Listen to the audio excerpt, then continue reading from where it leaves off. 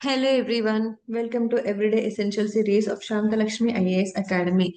So today let's discuss prelims based topics from 27th and 28th of August 2025. First, we are going to discuss about the Kuttiyadi coconut. Second, about the National Designated Authority for the Implementation of Paris Agreement. And third, Adi Gharmayogi Abhiyan. And fourth, PM Swanidhi scheme. And finally, Djibouti country mapping. So our first topic, that is the Kuttiyadi coconut. So why we are discussing about this Kuttiyadi coconut now?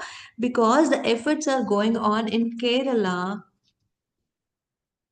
to get a geographical indication tag for this Kuttiyadi coconut. Due to its unique properties, the efforts are going on in Kerala to get this geographical indication tag for this Kuttiyadi coconut.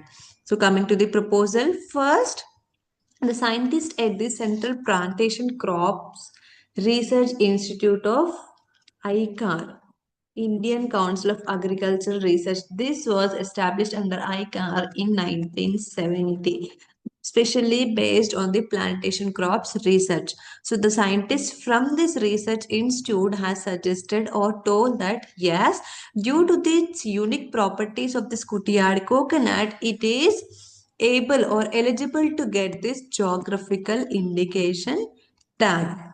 So this was the first initiation, the scientist. And then comes the Kavilumpara Gram Panchayat of Kozhikode district of Kerala state.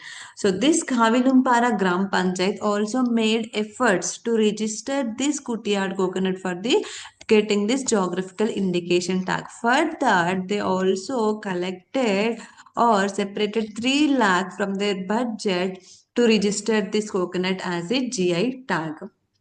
And also they made efforts to meet this Kerala Agricultural University, setting the prospects or the unique characteristics and detailing about the characteristics of this Kuttiyadi coconut, so that this product will be awarded this GI tag. So now this Kavilumpara Gram Panchayat and the Kerala Agricultural University has made nominations or registered this product, the Kuttiyadi coconut coconut in this to get this geographical indication tag. So now they registered for getting this tag. So what is this geographical indication tag? So it is a kind of intellectual property right. Intellectual property right which was based under the Paris Convention for the protection of industrial property and the TRIPS, trade related intellectual property rights. So this geographical indication tag is a kind of intellectual property right which will give the legal and the legal protectivity, intellectual protectivity to this origin of this product, the place where is this originated, that is this Kavilumpara. Now in this case the Kavilumpara Gram Panchayat will get this benefit of origin of this Kuttiyad coconut. So these members, the for coconut farmers of this Gram Panchayat will get benefited due to its geographical indication tag. So how are they benefited? So they are legally benefited by avoiding any unauthorized access to this Kuttiyad coconut. And also they will get the economic benefits in terms of branding and marketing for the global market. Also, they will get the unique recognition that yes, Kuttiyad coconut means Kavilumpara Gram Panchayat only. So that others will not, the fake coconuts of other kinds will get rejected and their integrity will be maintained. And now coming to this coconut, so it is a high yielding variety which gives the consistent as well as the abundant nut production. And it is strong and hardy, that it is adaptable in various kinds of soils, as well as these Kuttiyadi coconut is resistant to the common pests and diseases. It can live up to more than 100 years, and it have a heavier fruit and the thicker kernel compared to other coconuts. So this is this is the one of the unique property of this cootie coconut to get this geographical indication tag, and it will bear the fruit within 5 to 6 years of planting only. The suitable conditions of soil are well drained, sandy and loamy soils are suitable for the growth of this cootie coconut, and this crop will require full sun for the best growth during their growth period. So this is about the Kutiyadi coconut and the geographical indication. Now moving to a second topic, there is the national designated authority for the implementation of the Paris Agreement. So why we are discussing this? The Ministry of Environment, Forest and the Climate Change has announced to set up this NDA, National Designated Authority, which is a mandatory requirement under the Paris Agreement, Article 6 of the Paris Agreement, which tells us about this carbon emissions trading practices.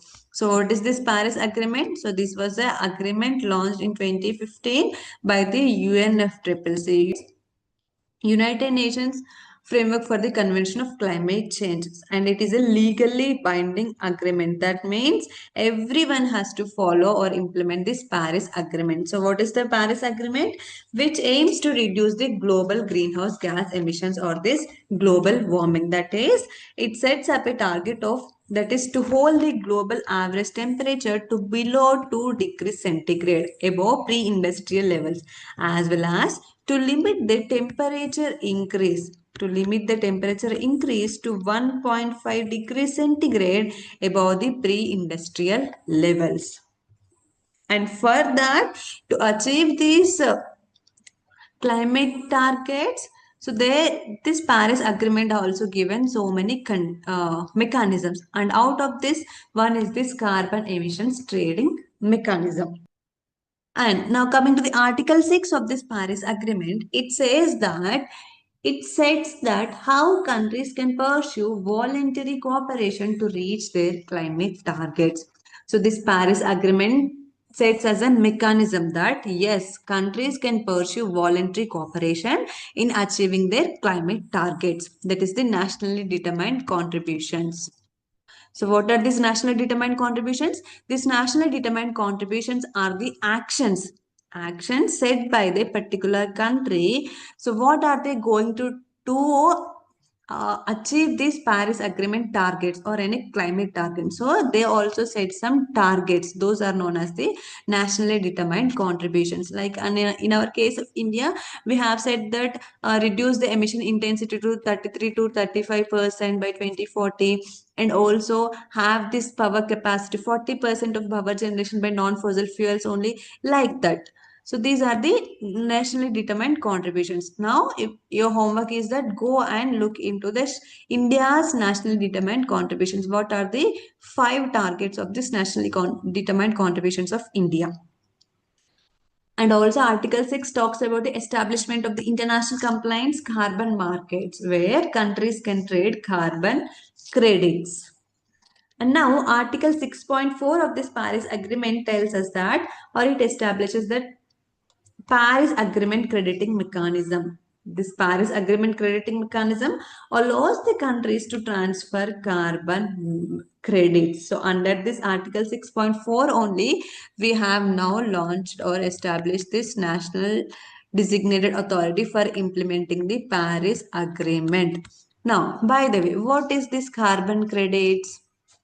See, yes, this Paris Agreement tells us that yes, you have to limit the global average temperature to below 2 degrees centigrade, and also we should limit the increase of temperature to 1.5 degrees centigrade, that is above pre-industrial levels, right? So, in order to achieve this, the countries the countries do not have the potential or the required resources to achieve these climate targets at their home place. That means that, for example, yes, the country's geographical situation is not good, so that they cannot produce any power source, any energy other than the fossil-based fuels only. So, but it has to maintain this climate targets, right? So, in that case, what this Article 6 will do, so it will allow a mechanism that voluntary sharing between the countries. So, the country A, as it do not have the mechanism or the potential to establish the climate resilient or the emission reduction targets at that home place, at the country A, it can earn the carbon credits by creating those emission reduction projects in this country B. So now this country A or any company can set up the company in this country B. What is the purpose of this company? So in this country B, the company B can set up the industries of like emission reduction industries, that is solar based, green hydrogen based, or any other based which does not emit so many carbon dioxide emissions, or the which does not contribute to the global warming. If company B establishes an industry and operates in emission reduction targets, and if that company reduces the one carbon dioxide equivalent, 1 ton of carbon dioxide equivalent, 1 ton of carbon dioxide equivalent, 1 ton of carbon dioxide equivalent, so it is known as the one carbon credit.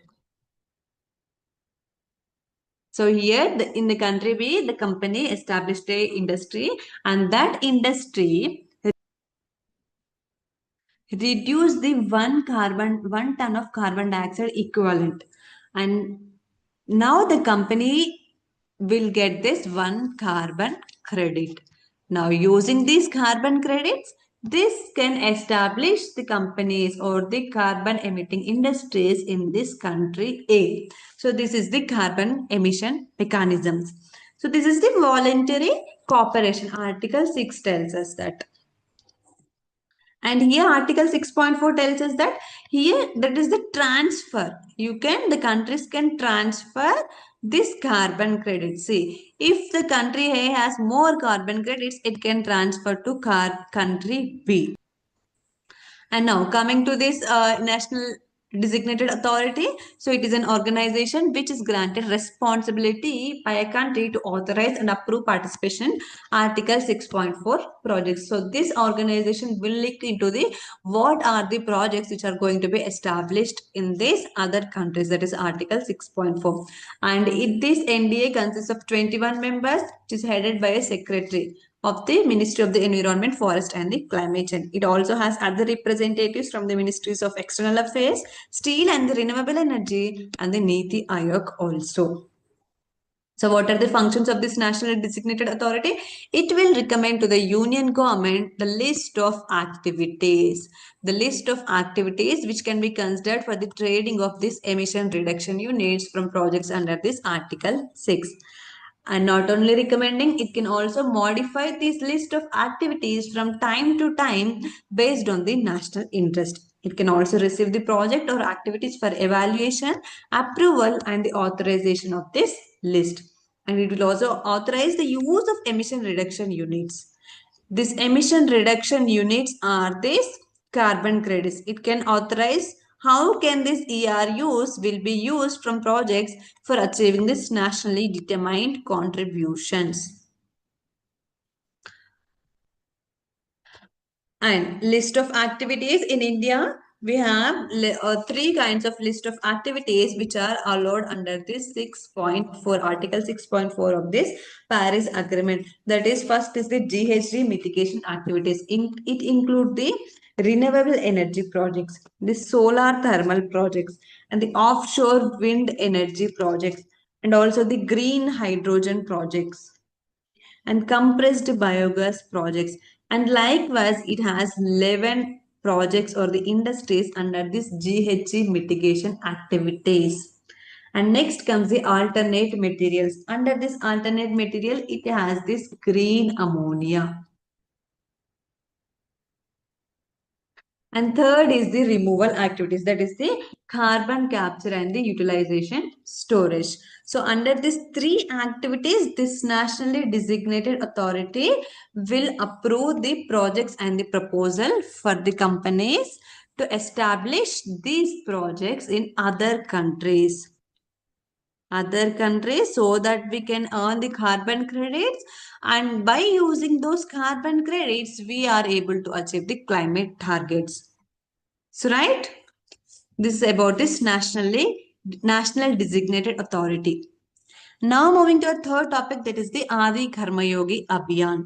So this was launched on August 19, 2025, but now as the first phase, in this phase one, the kind of activities are declared, that is the lighting candles, role play, cognitive group task, and the knot tying and the fishball exercises are designed. The kind of activities are designed to implement in the phase one of this Adi Karma Yogi Abhiyan. So we'll see what is this Adi Karma Yogi Abhiyan means. So it was officially launched on 19th of August 2025. It is a responsive governance program. It is a responsive governance program under the Ministry of Tribal Affairs. And this Abhiyan is a national movement to build a decentralized tribal leadership and the governance ecosystem. See, to sympathize or to empathize or to sensitize these tribal areas, we need to know the tribal conditions and their culture and etc. Right? We cannot impose our culture on them. That is the leadership at the leadership level who are at this governance curricula, right, or the governance hierarchy. They come from other states, but they have to work in the tribal area. So at that time, there will be the conflict. So in order to avoid that conflict and in order to build a decentralized tribal leadership and the governance ecosystem, this Adi Karma Yogi initiative was launched. Adi Karma Yogi. And this emphasizes the seva, that means service, sankalp, result, and the samarpan, dedication of the Prime Minister Narendra Modi's vision of Vikasit Bharat 2047. It was based on the guiding principle of Sabka Saath, Sabka Vikas, Sabka Prayas, and Sabka Vishwas. Now coming to the objectives of this Adi Karma Yogi initiative, that it will promote the responsible as well as the people-centric governance. It is more concerned with the governance, how you are governing. That it should be people-centric and the decentralized. That is at the village and the community levels.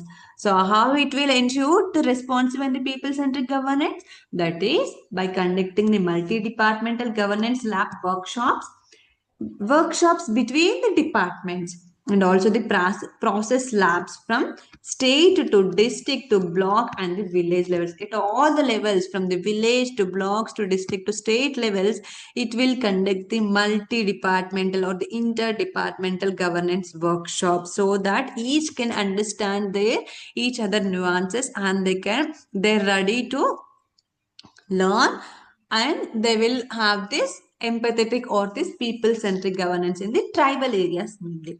And it empowers 20 lakh tribal change makers across 1 lakh villages in 550 tribal dominated district.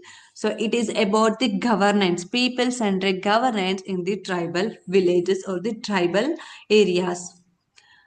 It will aim to establish 1 lakh Adi Seva Kendras. 1 lakh Adi Seva Kendras, those are the single window tribal service centers.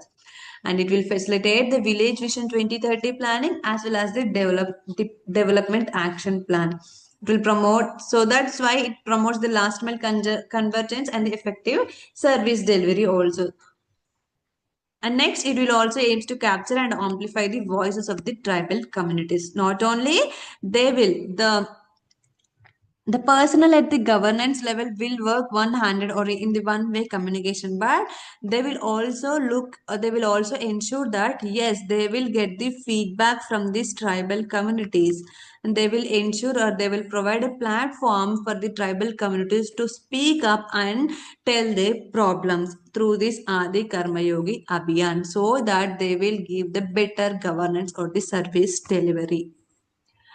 Now coming to the three pillars of leadership. So this Adi Karma Yogi will build the capacity building or will train these people under these three pillars. The first one is the Adi Karma Yogi, which includes the government officers.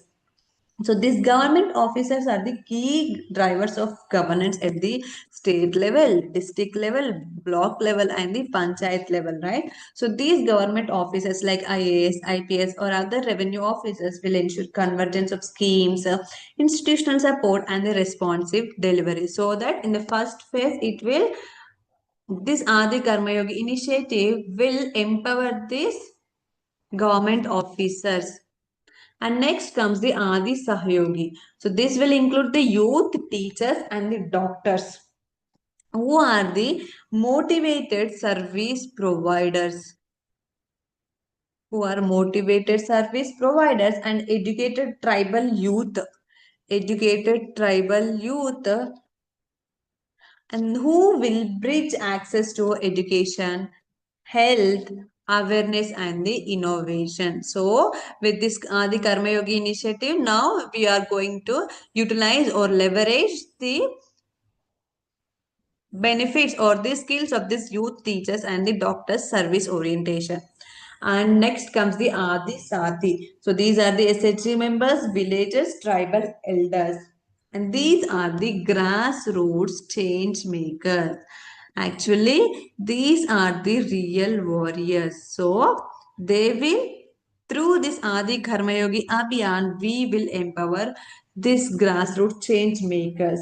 These grassroots change makers and the community anchors, which will mobilize the people. They will help in mobilizing people, also preserving their traditions and uphold the local wisdom also. So this is about the Adi Karma Yogi Abhiyan of Ministry of Tribal Affairs. Now coming to a fourth topic, that is the PM Swanidhi. So though it was an old scheme, right? It was launched during COVID-19 in the 2020 to give support to the street vendors which were affected due to the COVID-19 lockdown. But why we are discussing now, why this is in news again? Because this recently or yesterday, the Union Cabinet approved the restructuring of this loan scheme for street vendors, extending it to March 31st, 2030. So the lending period for this scheme was up to December 31st, 2024 only. But now it extended to this March 31st, 2030, and also they enhanced the loan amount also. We'll see in detail about this restructuring. So under this restructuring, the lending period extended till March 31st, 2030 from December 31st, 2024. And the total outlay for the scheme is that 7,332 crore. So this scheme now aims to benefit 1.15 crore beneficiaries, including the 50 lakh new beneficiaries. It also not only the extending the time limit, but it will also enhance the loan amount across first and the second tranche. That is, for the first time, the street vendors can get the loan now 15,000 from 10,000. And the second time they will get the loan up to 25,000. Initially it was 20,000. But the third time that remains unchanged. It was 50,000 now and before also. Also, the beneficiaries who have repaid the second loan can now get the UPI linked RuPay credit card also. And also digital cashback incentives for the retail and the wholesale transactions. And presently, this PM Swanidhi scheme is operable only in urban areas. But due to this restructuring, it has expanded beyond statutory towns, that is urban towns, to the census towns and the peri-urban areas in the graded manner. It will now coming to the PM scheme, PM Swanidhi. PM Swanidhi stands for Prime Minister Street Vendors Atmanirbhar Nidhi. It was a central sector scheme. That means the whole funding will come from the central government only. Under this Ministry of Housing and Urban Affairs, it was launched on 1st June 2020 to help the street vendors who were affected a lot due to this COVID-19 pandemic. Its objectives are to facilitate the working capital loan of up to 10,000 to incentivize the regular repayment and also to reward the digital transactions. So it is a collateral free. There is no need to have any collateral to get this loan, and it has a subsidized interest rate of about 7%. The repayment period is 1 year. And the eligibility for the states is that the states or the UTs whichever have registered or notified the rules under this Street Vendors Protection of Livelihood and Regulation of Street Vending Act 2014 are eligible to be benefited under this PM Swanidhi scheme. And coming to the eligible beneficiaries, the street vendors who have registered or who have a certificate of street vendor from the urban local bodies in urban areas are eligible to get this PM Swanidhi scheme. Now coming to final topic, that is Djibouti. So this is the, here you can see it is the Djibouti, and with this is also a Horn of African country, right? The four Horn of African countries. What are those four Horn of African countries? Somalia, Eritrea, Ethiopia, and now we are learning about this Djibouti. So this Djibouti is also a country of the East Africa. It's stretching across the Horn of Africa. Its capital is also this Djibouti city. It is surrounded by Eritrea here, Ethiopia here, and Somalia. All are the Horn of African countries only. And here you can see it has this Gulf of Aden and the Red Sea. And its highest point is Mount Mosa, and its lowest point of Djibouti is Lake Assal. Coming to the drainage, it has no permanent rivers, but it has lakes only. That is, one is Lake Assal and one is this Lake Abe. So that's all for today. Thank you.